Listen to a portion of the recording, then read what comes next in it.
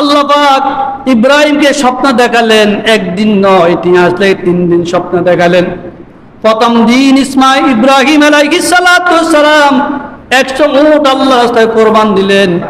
দ্বিতীয় দিন বলো, ইব্রাহিম তোমার রবের জন্য কোরবান করো। দ্বিতীয় দিন 100 উট কোরবান দিলেন। তৃতীয় দিন স্বপ্ন দেখালেন, ওরে ইব্রাহিম তোমার মহব্বতের বস্তু কি আছে, তোমার মহব্বতের বস্তু দিয়ে তোমার রবের জন্য কোরবান করো।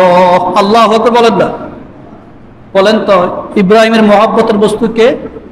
ইসমাইল আলাইহিস সালাতু সালাম, যে সন্তানকে আল্লাহ তুই খুঁজে নিয়েছেন। বার্ধক্য অবস্থা আল্লাহ ইসমাইল আলাইহিস সালাতু সালামকে দান করেছেন ইব্রাহিমকে। সেই সন্তানের প্রতি কত মহব্বত ও ভালোবাসা হবে, কথা বলেন। ওই সন্তানকে আল্লাহ বলতেছে আমার জন্য কোরবান দাও। আল্লাহ শিক্ষা দিয়েছেন এই জাতিকে, তোমার ধন সম্পদ